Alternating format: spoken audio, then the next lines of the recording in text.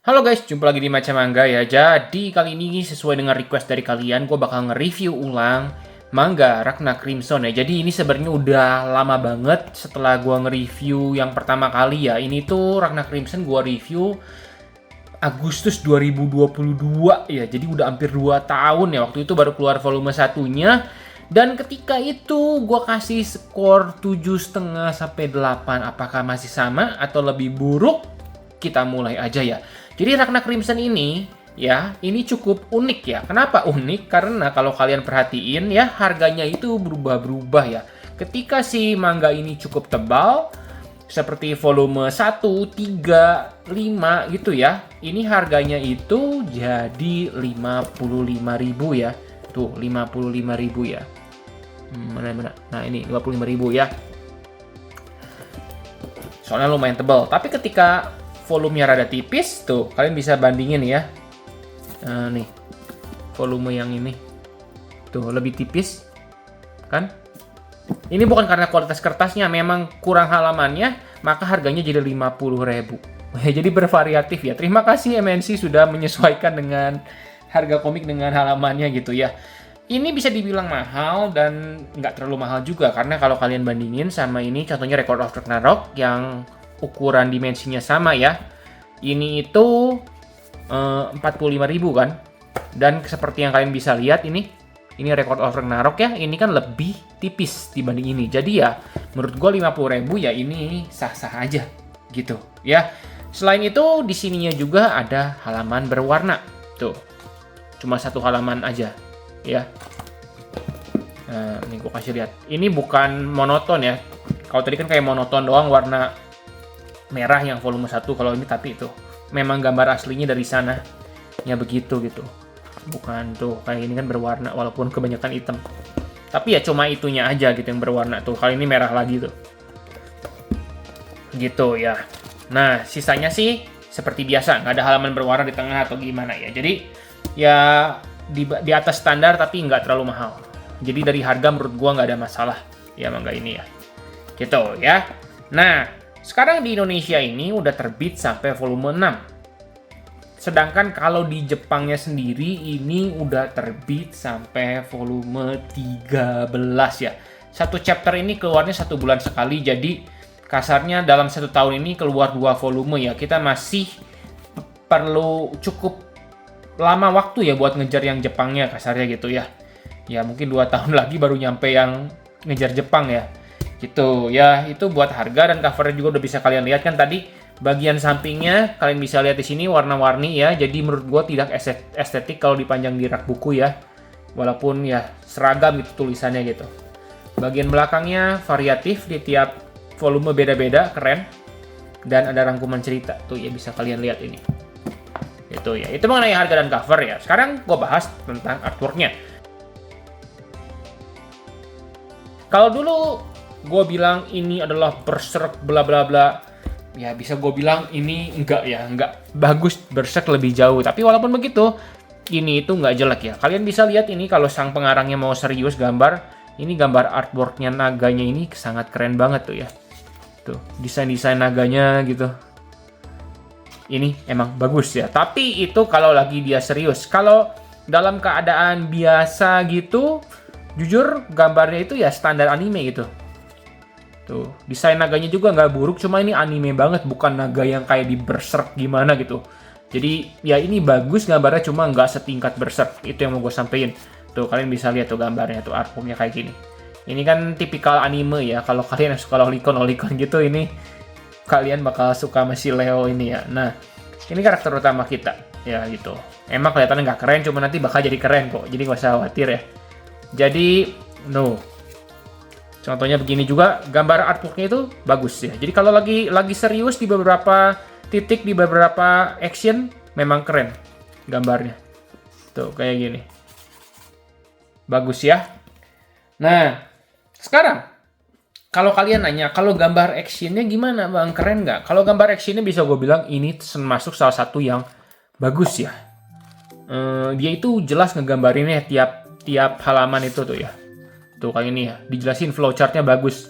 Tuh digebuk, tuh ada gambarnya ini, tuh Jadi tahap-tahapnya bagus lah ini gitu ya.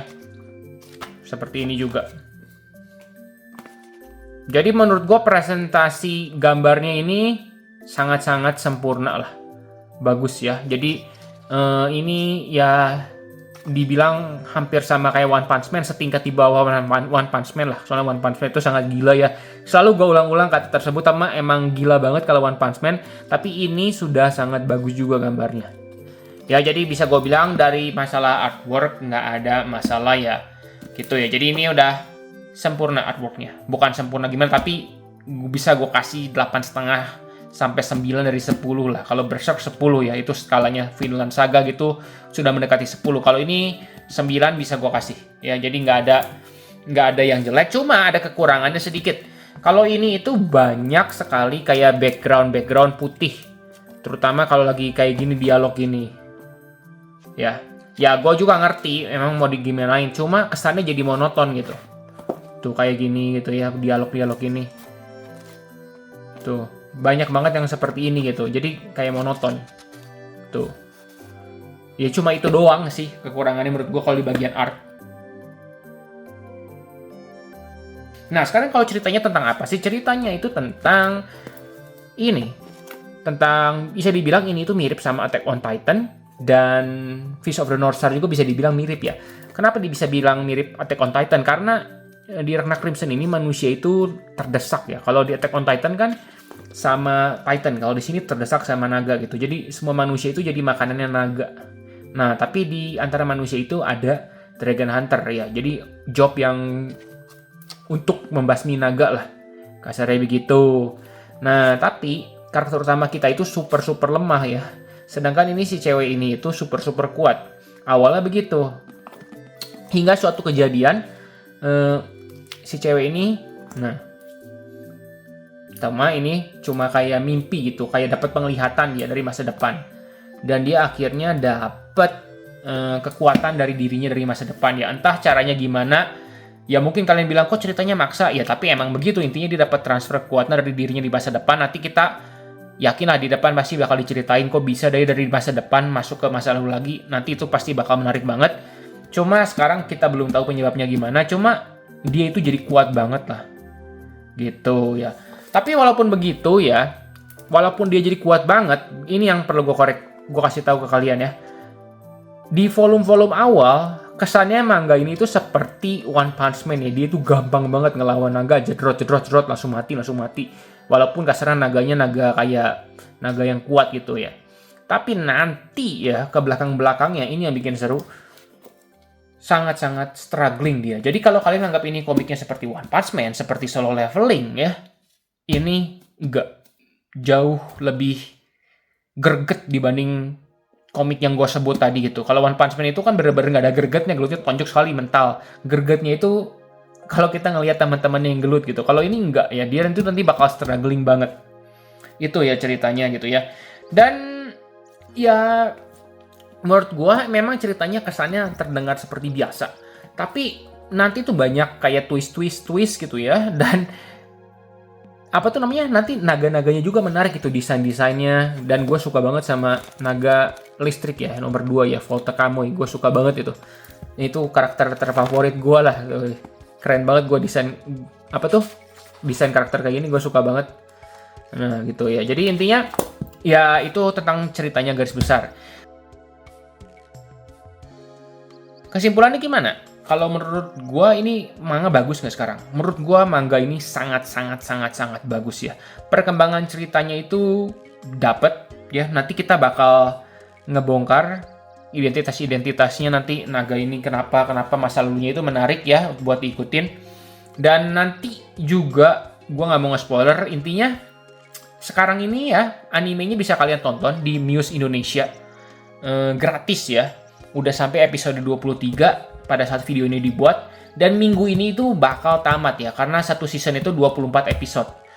Dan itu sudah jauh melebihi manga ini. Kasarnya season 1 itu menceritakan pembantaian salah satu bloodline naga, wing bloodline ya, sayap ya. Itu nanti bakal ada 6. Jadi ini masih jauh ya, bukan jauh juga sih, kemungkinan masih rada lama tamatnya. Cuma serius ceritanya nggak ngebosonin, seru banget ya. Apalagi kalau kalian nanti ngikutin scanlation-nya, wah mantep banget ceritanya ya. Dan animenya juga menurut gua sangat-sangat bagus kualitasnya, jadi pastiin aja kalian udah nonton dulu sebelum kalian mulai koleksi kalau kalian masih ragu gitu ya. Tonton aja gratis, nanti linknya gua kasih di deskripsi, silahkan cek ya. Dan di anime itu kan nanti tamat 24 episode, itu sama dengan 11 volume ya. 11 volume, jadi ya masih 1 tahun lebih sih ini baru kita bisa namatin kasarnya, yang Indonesia bisa ngejar buat tamat anime itu. Kalau terbitnya 3 bulan sekali kayak gini gitu ya. Cuma itu nggak masalah karena gue bisa baca scanlation, serius deh. Ini adalah salah satu manga yang paling gue suka sekarang. Maksudnya lagi ongoing ya. Ini bener-bener wow banget ya. Kan banyak manga yang gue sesali ya. Gue udah rilis listnya. Cuma kalau ini tidak gue sesali sama sekali ya. Justru gue sangat seneng gue nggak telat mengoleksi ini. Ini salah satu yang sangat gue suka sekarang. Kalau kalian nanya skornya berapa sekarang, maka bisa gue jawab ini 9 dari 10 ya. 9 dari 10. Gue bilang 9,5 dari 10 juga ini bisa. Serius, ini gue lagi suka banget Ragnar Crimson ini. Gitu ya, buat ini gue rekomendasiin buat kalian yang suka manga berantem-berantem, gelut-gelut ya. Lucu ya, kasarnya kan dulu kalau kita nyari manga shonen yang seru gitu kan kita carinya dari Shonen Jump kan. Kalau ini bukan dari Shonen Jump ini ya. Ini rilisnya 1 bulan sekali, cuma ini serius menurut gue ini lebih bagus dibanding, oke gue sebut aja ya, yang lagi heboh-heboh sekarang Kagurabachi apa, gue jauh lebih suka ini. Serius ya, Kagurabachi gitu gue kurang. Serius, bukan gue menjelekkan, cuma ini selera gue mesti kasih tahu ke kalian. Dan yang paling heboh juga Dandadan ya, itu oke, cuma gue nggak kayak greget bacanya seperti ini gitu. Ya, jujur ini salah satu manga shonen yang sangat gue suka sekarang. Gitu ya, mungkin gue bakal buat listnya nanti ya, manga ongoing apa yang bener-bener gue suka saat ini. Kalau kalian tertarik tinggalin komentarnya. Cuma ya segitu aja kali ini ya, sangat gue rekomendasi. Cuma masih ragu, ya silahkan nonton animenya. Ya, gratis dan legal kok. Oke, di YouTube juga. Ya, terima kasih udah nonton ya. Makasih udah nonton sampai habis. Like video ini kalau kalian suka. Dan juga jangan lupa subscribe. Dan juga tinggalin komen di bawah ya. Kalau kalian koleksi manga ini, setujukah kalian dengan review gua? Suka nggak? Kalau suka kenapa? Kalau nggak suka kenapa dengan manga ini? Jadi, itu bakal membantu orang lain yang lagi mempertimbangkan mengoleksi manga ini atau enggak. Tuh, ya segitu aja ya. Makasih udah nonton. Sampai jumpa di video selanjutnya ya.